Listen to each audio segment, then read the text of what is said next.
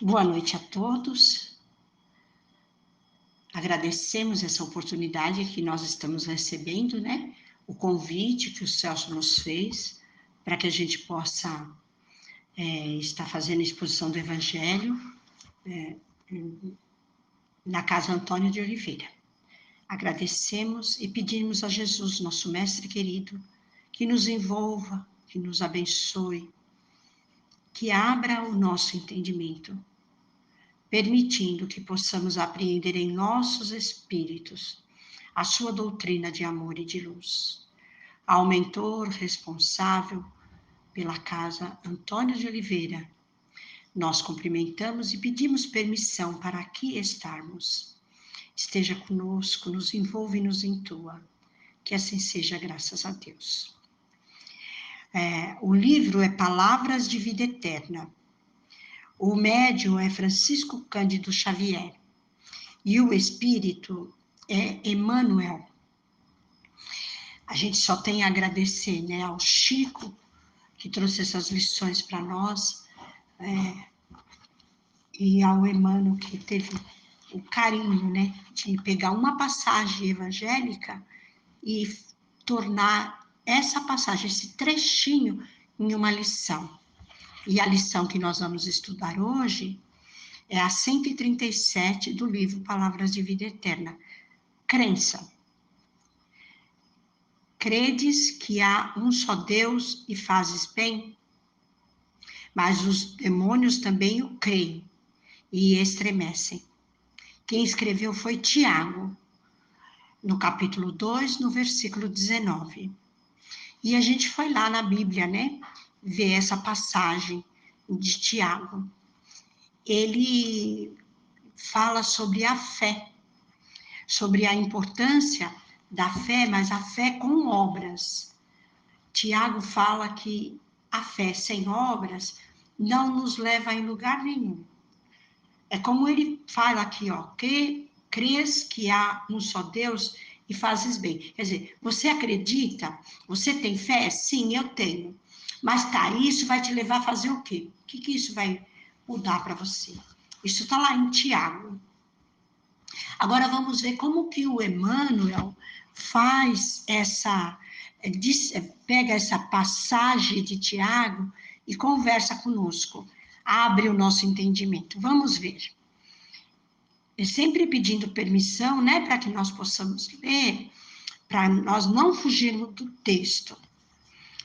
Aí o Emmanuel diz assim: alguns momentos de reflexão no Evangelho sacode-nos o raciocínio, para que venhamos a despertar no reconhecimento de nossas responsabilidades em matéria de crença. Asseveramos a cada passo a convicção iniludível, sem ilusão, né? Asseveramos a cada passo a convicção iniludível quanto à existência de Deus. Habitualmente, enquadramos a vida mental a determinado tipo de interpretação religiosa, a fim de referenciá-lo através do modo que supomos mais digno. Construímos santuários para honrar-lhe a munificência. Pretendemos enobrecê-lo em obras de arte. Sabemos admirar-lhe a sabedoria, seja na grandeza do firmamento ou na simplicidade do chão. Verifiquemos que de que as suas leis são inelutáveis, desde que as foram estatuídas para a semente até as que traçam caminho às constelações. Articulamos prece de louvor ou de súplica, nas quais lhe endereçamos os anseios mais íntimos. Receitamos confiança em Deus para todos aqueles que ainda não conseguiram entesourá-la. Às vezes, chegamos até mesmo ao entusiasmo infantil dos que imaginam adivinhar as opiniões de Deus nisso ou naquilo. Todas essas atitudes nascem da pessoa que reconhece a imanência de Deus. Entretanto, os espíritos perversos também sabem que Deus existe. Crença por crença, há crença nos planos superiores e há crença nos planos inferiores. Meditemos nisso para considerar que, acima de tudo, importa saber o que estamos fazendo da nossa fé. Então, olha aí, o Emmanuel pega a mesma linha de raciocínio que o Tiago, né? E fala assim para nós, ó, tudo bem, você tem fé, mas você está fazendo o que com essa fé? Quais são, lá em Tiago, ele fala, né, que se você vem uma pessoa com necessidades, te pedir auxílio, aí você pega e fala da existência de Deus para ela, mas ela sai de perto de você, ainda com o estômago doendo de fome, ainda com frio, ainda com necessidades. Adiantou você falar de Deus para ela? Então, ele fala, Tiago, fala que nós, para que essa fé seja uma fé ativa e que aquele que será beneficiado, aquele que irá ser beneficiado, ele possa sentir a presença de Deus, a gente tem que auxiliá-lo naquilo que ele precisa.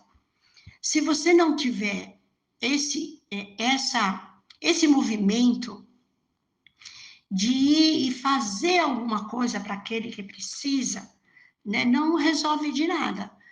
Tem uma historinha, né, que corre no meio espírita, eu acho que cabe nessa lição aqui. Diz que tinha dois homens andando numa charrete e andando numa estrada, e a estrada era de terra, e uma estrada muito precária, com o cavalo, né? E diz que nesse lugar que ele estava andando, por conta das chuvas que tinha caído anteriormente, tinha bastante buraco, a estrada estava muito ruim. Aí atolou, a charrete atolou, não ia mais. Aí os dois desceram, e um era muito religioso, ele tinha muita fé, ele acreditava muito em Deus, era um homem religioso. E aí ele joelhou no chão e começou a orar. Pedir a Deus que mandasse os anjos, que o auxiliasse, que tirasse ele daquele lugar ermo, que era um lugar perigoso, mas que eles estavam atolados, e pedia: Senhor, nos auxilia, Senhor, nos ajude. O outro que estava junto já era truculento, essas pessoas que ficam esbravejando. Aí ele pegou e falou: sai disso daí, para com essa reza, vem aqui me ajudar, vamos pegar esses pedaços de tronco, esses galhos, vamos colocar aqui embaixo da roda, vai, me ajuda, vamos jogar aqui, vamos jogar umas pedras, e você fica aí só rezando, rezando, vem aqui me ajudar, vem aqui. E o outro lá rezando.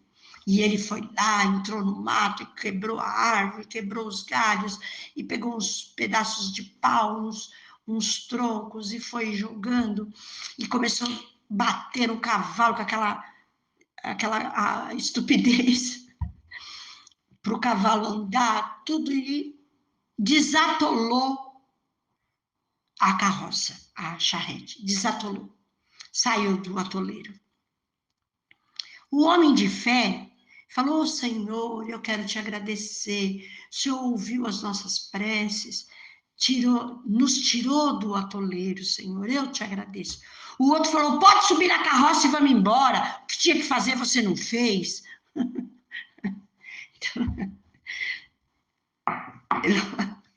Não é para nós irmos de um extremo ao outro, né?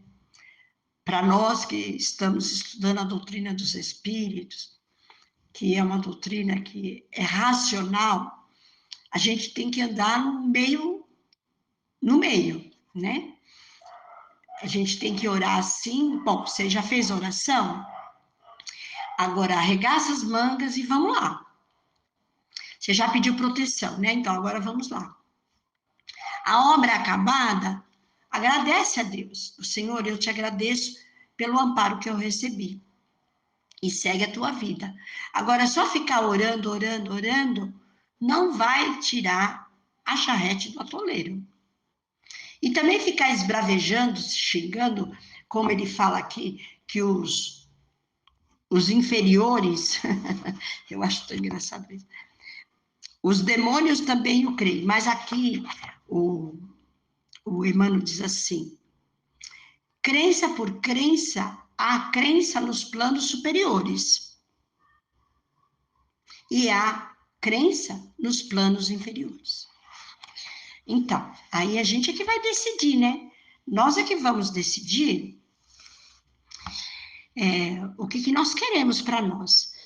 Nós já temos a fé, porque a fé é uma coisa que todo mundo tem, só que muitas vezes aquilo não está ainda, não brotou ainda, mas tem, todo mundo tem a sementinha. Precisa cultivar, precisa fazer oração, precisa estudar e acreditar que existe um ser superior acima de nós, que comanda tudo isso. É impossível que nós estejamos aqui soltos e sozinhos, né? Mas não é só orar e só crer. Nós temos que agir também, né? A gente sabe que Deus é misericordiosamente bom, mas vamos aí, eu vou...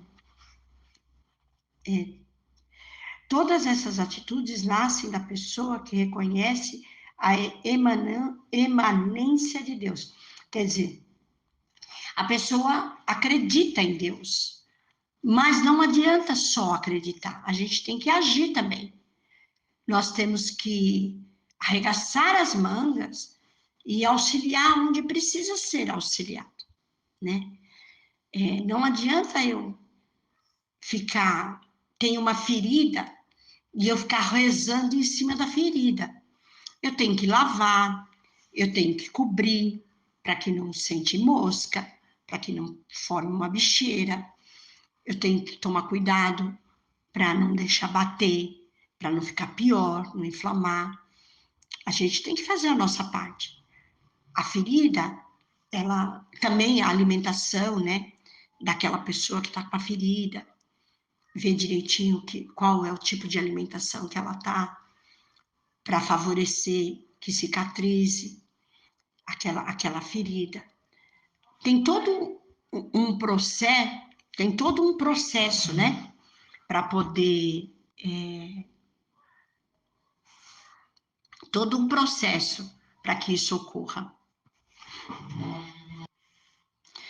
Então, é isso que ele está falando. Vamos ver aqui se a gente encontra mais alguma coisa para a gente poder conversar, né? Olha, que quando nós falamos lá da charrete, ele fala assim, articulamos prece de louvor ou de súplica, nas quais lhe endereçamos os anseios mais íntimos. Sim, sim, é louvável que nós oremos, tanto para pedir como para agradecer, mas também nós temos que ter atitude, né? Aí ele fala assim, o Emmanuel, receitamos confiança em Deus para todos aqueles que ainda não conseguiram entesourar. Sim, passar para o outro, né? Que Deus é bom, que Deus é maravilhoso. Olha a grandeza de Deus, né? Quando ele fala aqui das coisas mais simples, sabemos admirar-lhe a sabedoria, seja na grandeza ou no firmamento, ou na simplicidade do chão.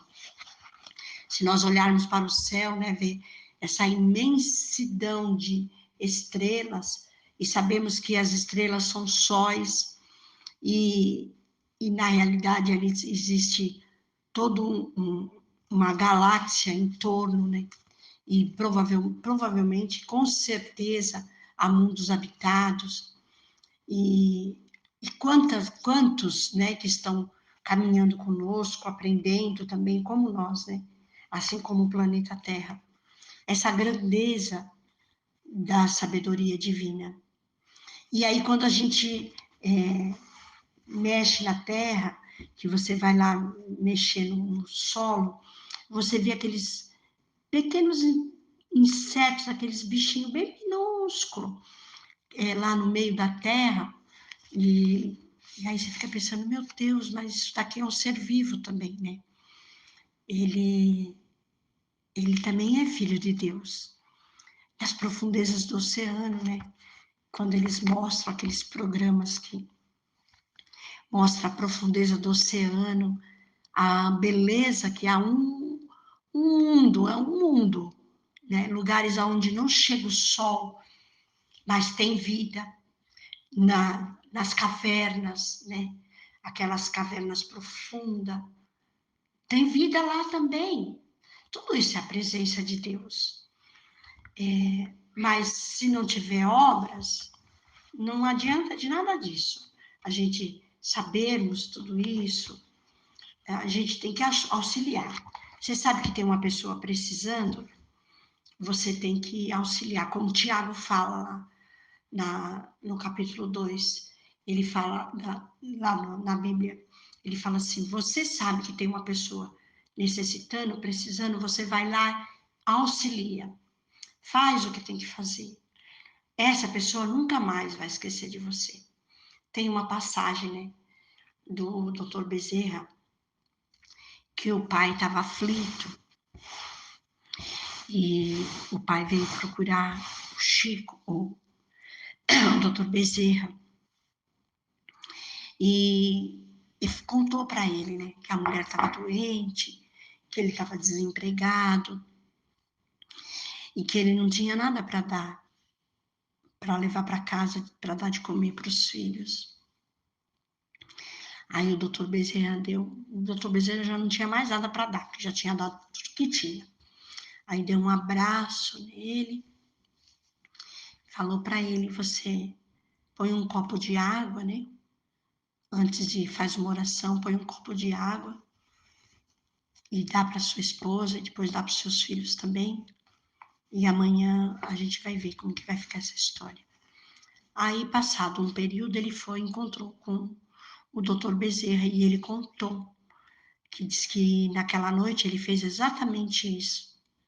Depois daquele abraço que o doutor Bezerra deu nele, ele foi para casa, colocou o copo de água, fez uma oração.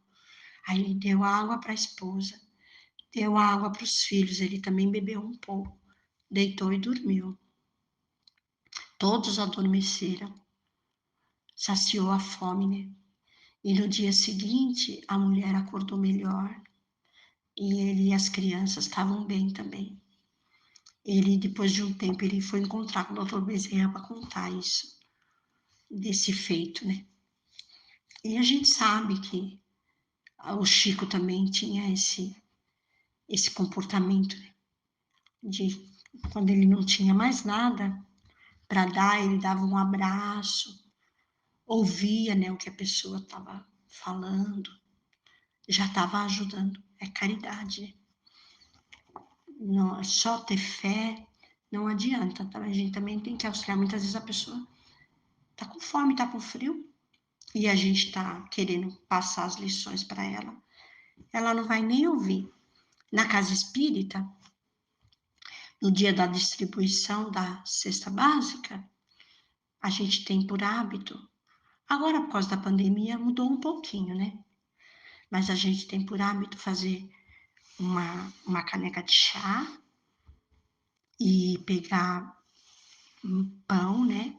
Se a gente tem pão, passa margarina, ou se tiver um frios, coloca frios, e aí dá aquele chá quentinho, com um pedaço de pão, né, com um pãozinho para os assistidos, enquanto a gente vai, um dos nossos trabalhadores, vai lá fazer a exposição do evangelho de 15 minutos, de 15 minutos, e depois distribui a cesta básica.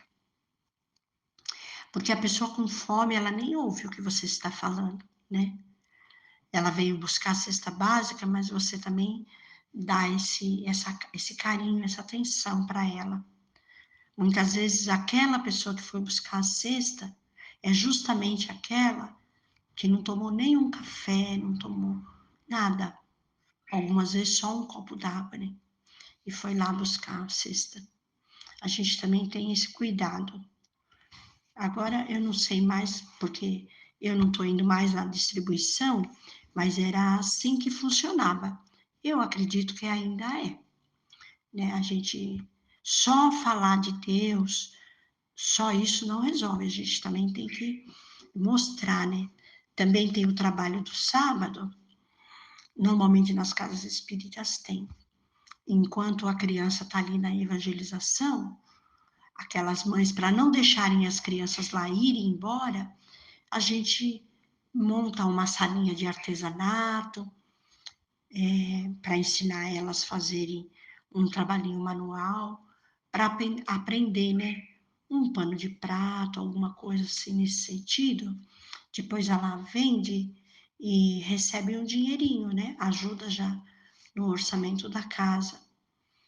Tudo isso a gente está ensinando para a pessoa que a casa espírita é um lugar onde nós vamos encontrar